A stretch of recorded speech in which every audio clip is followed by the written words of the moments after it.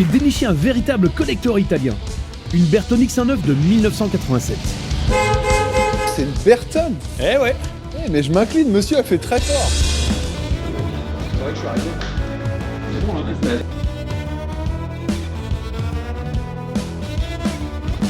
Depuis toujours. C'est de famille, autant Aurélien que moi, on est vraiment tombé dedans quand on était petit forcément. Donc moi, mon père, mon grand-père avaient des concessions de vieilles voitures en Belgique, parce que je suis d'origine belge quand même. Et dans les années 50-60, juste après-guerre, il n'y avait pas vraiment de marque belge, très peu en tout cas. Et il y avait beaucoup de voitures américaines. Et mon père ensuite, dans les années fin 70, a eu une concession Datsun. Donc voilà, toujours, j'ai toujours baigné dans l'univers automobile, dans les concessions forcément, et à travers les circuits aussi, puisque mon père et mon oncle étaient pilotes à l'époque. Puis les séries américaines m'ont très vite fait découvrir une autre culture, d'autres voitures aux États-Unis. Et je suis parti très tôt, mais évidemment, je partais aux États-Unis pour découvrir cet univers, toutes ces voitures américaines qui m'ont fait rêver. Alors moi, je suis passionné d'automobile depuis très très jeune. En fait, mon père, j'habite Dieppe, mon père avait une Alpine, j'ai tout de suite été baigné là-dedans. Et j'ai eu envie de faire ça, et dès que j'ai eu 12-13 ans, je savais vraiment que je voulais restaurer des voitures anciennes, c'était déjà ma passion.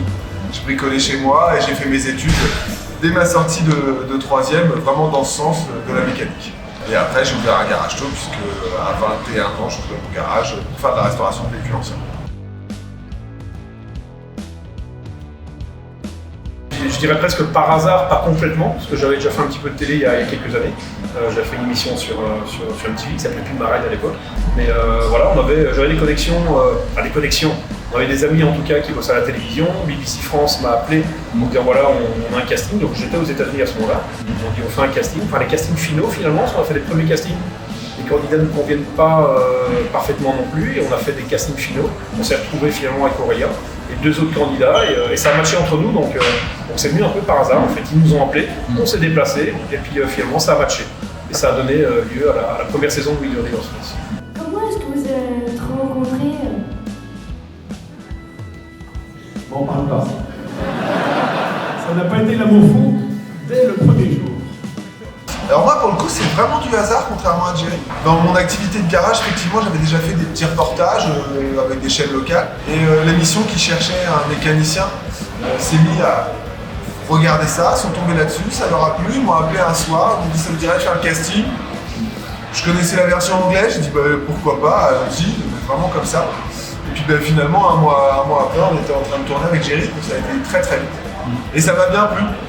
C'est-à-dire que ce côté de transmettre, c'est quelque chose que j'aimais beaucoup déjà avec mes employés, et puis du coup le faire là, plein de gens, j'ai trouvé ça vraiment génial, et c'est ce qui me plaît à faire l'émission d'ailleurs aujourd'hui.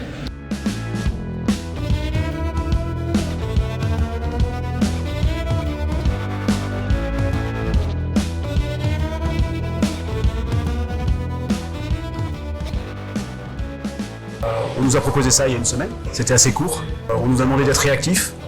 On a saisi l'opportunité parce que c'est juste quelque chose qui nous permet de mélanger à la fois l'aspect historique des voitures et l'aspect nouveauté des voitures. Et comme on est tous passionnés de véhicules dans la concession, on a sauté sur l'occasion. Quand on a avec Wheeler Dealers une émission qui travaille sur l'historique des voitures, sur le côté passionnel, sur le côté voir et revoir des choses, parce qu'en fait c'est des voitures historiques, ça fait appel à nos souvenirs, ça fait appel à notre enfance, et c'est juste exceptionnel d'avoir dans notre concession finalement, les personnes qu'on voit dans l'émission. Donc on est en train de relier le monde virtuel et le monde réel, et ça c'est vachement sympa.